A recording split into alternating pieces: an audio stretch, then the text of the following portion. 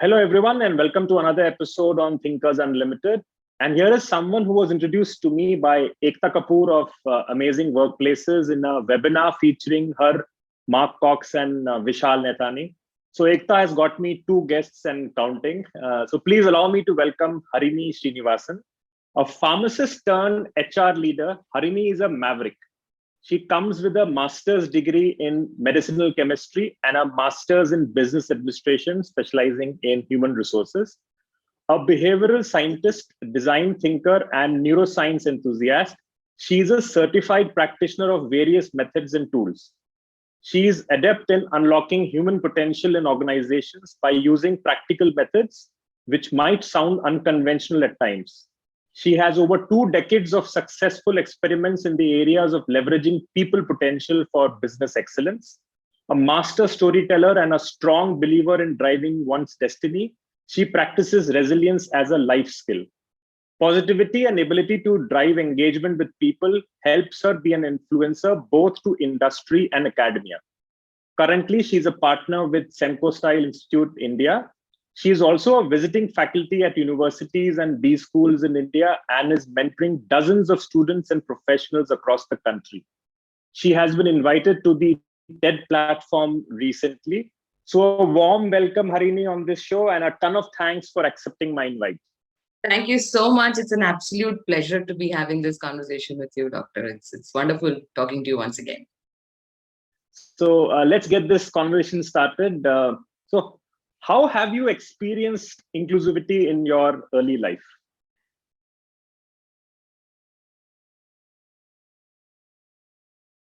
Well, my upbringing has been very unconventional. Probably that's why I am very unconventional in my ways as well.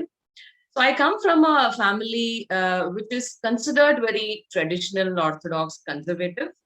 But if you actually get into the way you were brought up, the way things used to happen in our household, I think we were far more broad-minded than you would typically call somebody who's broad-minded. So in my house, there was absolute gender neutrality in anything that we did across generations. I have seen that with my parents. I have seen that with my brother. I grew up with an older brother, and he's much older than me. So actually, there was gender neutrality. There was absolute, very very minimal power distance, I would say.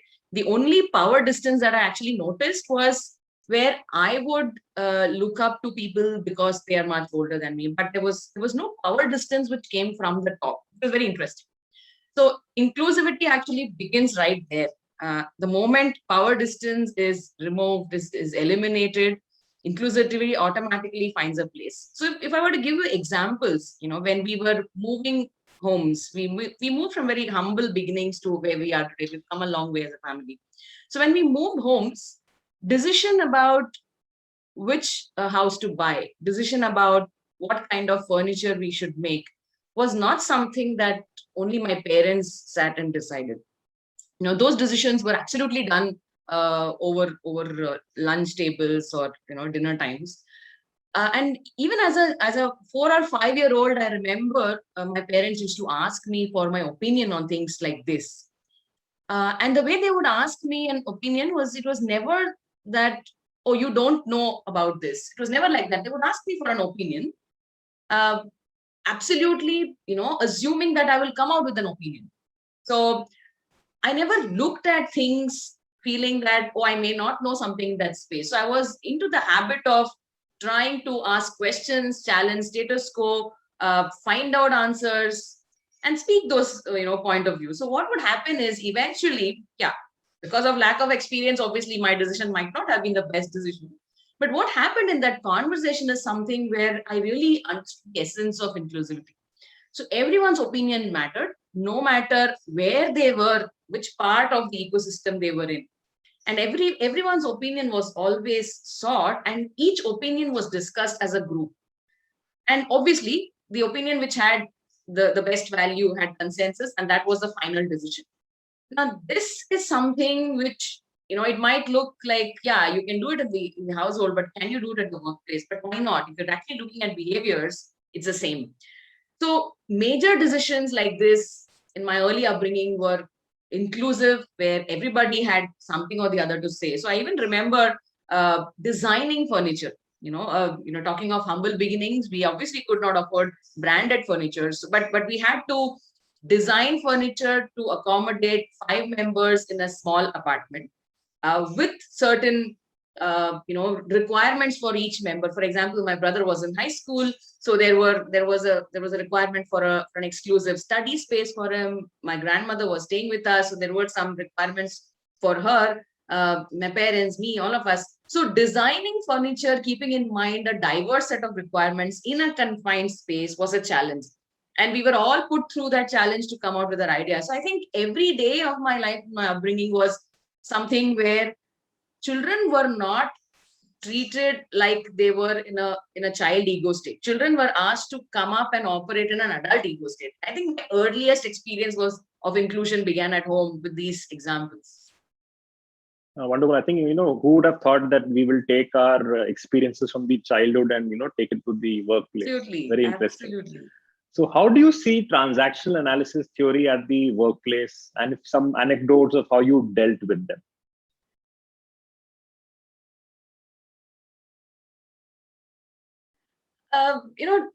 Frankly speaking, when I first got certified in transaction analysis, I couldn't really relate. I mean, I was wondering what is so profound in this? Why is it becoming such a big tool, and why is everybody talking about it? Probably I was operating in a child ego state at that time. Now looking back is what I feel, that I was trying to find fault in it. I was playing victim. I wasn't very convinced with what it does and all of that. But if I actually look back on my entire journey, and if I see what I'm doing today and what I have been doing, what I notice is that transaction analysis is something which I have been actually advocating a lot and practicing a lot.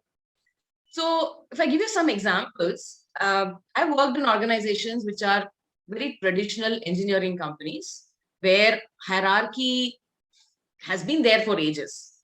And because there are many levels in the hierarchy, bureaucracy has become part of it. As an organization grows taller in its structure, there are levels which get created. Then there are to justify those levels, approval mechanisms get set up, and bureaucracy creeps in. These were not the new age companies which started flat. Now, in such an organization, when I was sitting at a CHRO level, it was but obvious that I was sitting at a power center, right? So by there was this, what do I call it as? I was sitting in a position of power, and it was looked upon as a position of power by everybody down the line at different levels. So what was happening is, when I was trying my level best to distribute the power, it was very difficult because people were not willing to take the power. So as a leader, I can't throw the power. So people saw me in a parent ego state at all times. And because they saw me in a parent ego state, they were all the time operating in a child ego state. So looking up for delegation, looking up to me for instructions, waiting to start the day till I come and show my face.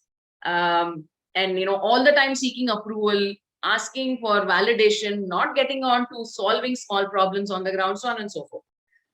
What was happening is, when people are operating in that child ego state, I am forced to operate in a parent ego state. So that's how the equilibrium is, right? So when that was happening, what I noticed is, over a period of 2 to 3 months, I realized that I am reaching burnout, because everything comes to me, the buck stops with me, accountability is mine, responsibility is also mine. So having a large team was actually crippling for me. I was not leveraging on the strength of having a large team. So I said, okay, now transaction analysis is going to play. And I said, okay, I am going to step down from a parent ego state. I remembered my childhood experiences, and I said that I'm going to operate in an adult ego state, and I'm going to ask for people's opinion. One was the burnout. The second thing was, I was coming out, or I was being perceived as someone with a lot of arrogance. Now that is also bad for me, right? Because I don't intend to be arrogant, but when I am operating constantly in a parent ego state, I am speaking all the time with a feeling of I know everything.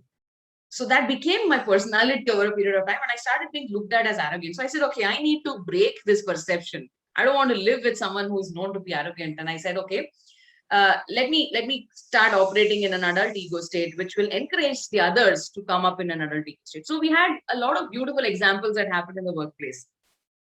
So, people used to come and say that there are lots of grievances about your department. People are very unhappy with the way you people function. Responsiveness is not good enough. The typical challenges. So this is one example where I said, I'm not going to find out the solution, and I'm not going to give instructions to people. Let's come out as a team. Let's figure out what we can do. So when I put this problem statement in front of the team, the team included everybody, including interns. So I said, let me get some brilliant ideas from the young minds. So I said, okay, this is where we are. What are your ideas about what we can do to ourselves so that we are different? So people came up with some amazing ideas. And one of the ideas which came from a very, very, very junior person in the ecosystem is something that really worked very well. Now that idea was taken, and we actually celebrated that moment because that was a eureka moment. And what we eventually did is this person would drive that initiative and would actually manage it like a project. And I'm reporting into that person for that entire project. Now, what it did is, now this person being a very, very junior, a management trainee, actually grew up from being operating in a child ego state and was constantly operating in an adult ego state. And we were having adult to adult conversation throughout. Conversations were a lot more productive, outcomes were productive. And we also noticed that decision making was something that people started owning up, and they started doing it on their own. Because when you're operating in an adult ego state, you're expected to take decisions. So there was no reason for anyone to play victim. There was no reason for anyone to blame the situation. People started operating in adult ego state. And eventually, credibility of the entire team became something which was out there in the open. The same people who were complaining about not being responsive, not being creative enough, came back to say that you made a difference to our lives. Ultimately, we wrapped up that initiative by giving credit to the person whose idea it was. Now, what it did is it brought a lot of innovative thinking in the people. So I actually replayed my role, what I did and what happened with me in my childhood, how inclusivity and adult to adult conversations happened at home. I just replayed the whole thing, learning from my childhood experience in the workplace, and it was magical. Everyone started feeling they have a place in the ecosystem, and ultimately that's what people want to be valued. So it worked very well. A wonderful story and a lot to learn from it. So one thing which a lot of people get confused about, and I thought maybe you could shed some light. What's the difference between awards and recognition?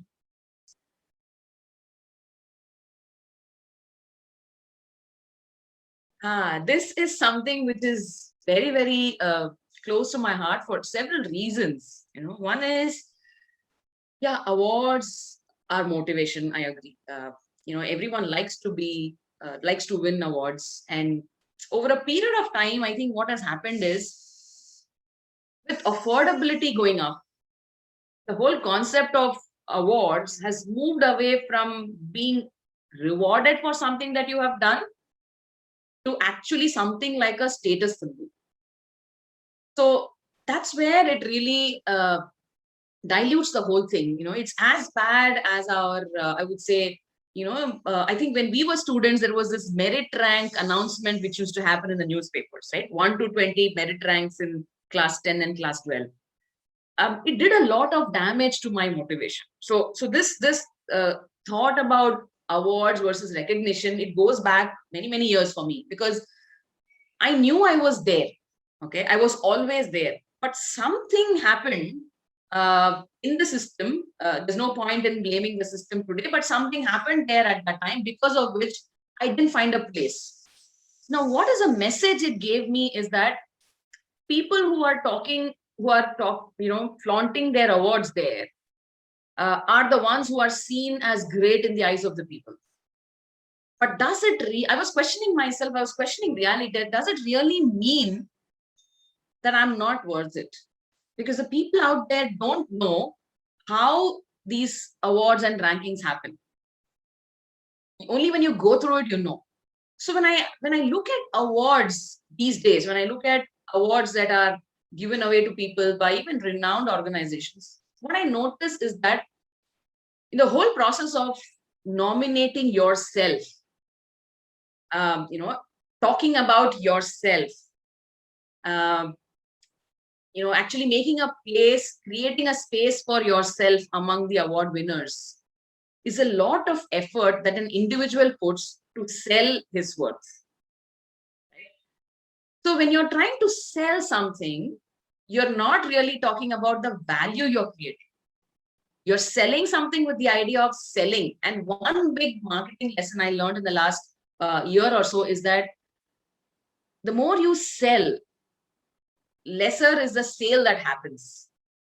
The more you add value, the sale happens automatically. I think it's a big lesson I learned. So when you're nominating yourself for awards, when you're you're trying to sell your worth to the jury, most likely what is the outcome is something which is may not be really fair and it may not be the truth.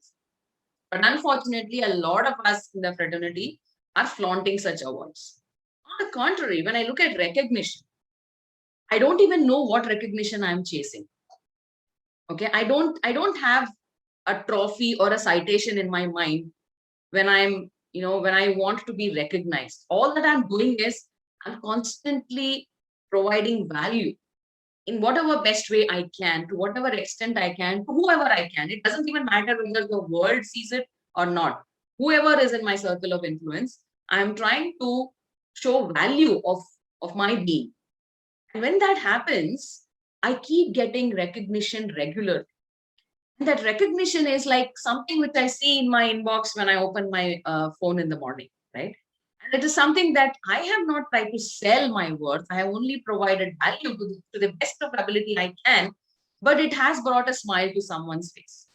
And I think recognition which comes on its own, which knocks on your door without you going in search of it, something which adds a lot of value, really. So value begets value. And for me, awards are something which I still don't understand. How is it that you put yourself as the best face forward and win that award? Rather, focus all that energy in saying how much value you can provide. So to me, awards are something which you work towards, whereas recognition is something which you don't even work towards. You don't even look for it, but it walks your way. So if you look at wherever I've been conferred on or won some honors, it is purely recognition, whether the most engaging speaker or the most engaging author, or even this TEDx invitation that came. It was something that just came to me suddenly, and I noticed that there are people out there who are looking for value from people like us. So at this stage of our lives and career, if we're able to share that value, kind of happiness you get out of recognition is way beyond those awards. So this is something that's really, really very close to my heart, and it's important that we learn to share our values. Wonderful insights. So thanks, Harini, for sharing your thoughts on these areas. And I feel enlightened, and so must be the viewers right now. More power to you and your pursuits. And thanks to all the viewers for your encouragement, and look forward to more of it in the form of likes, shares, comments, and subscription of this channel. And until we meet again, stay safe. And thanks again, Harini. Thank Bye-bye. you so much, Dr. Prashant. It was wonderful talking to you, and thanks a lot for having me. Thanks. Bye. Okay.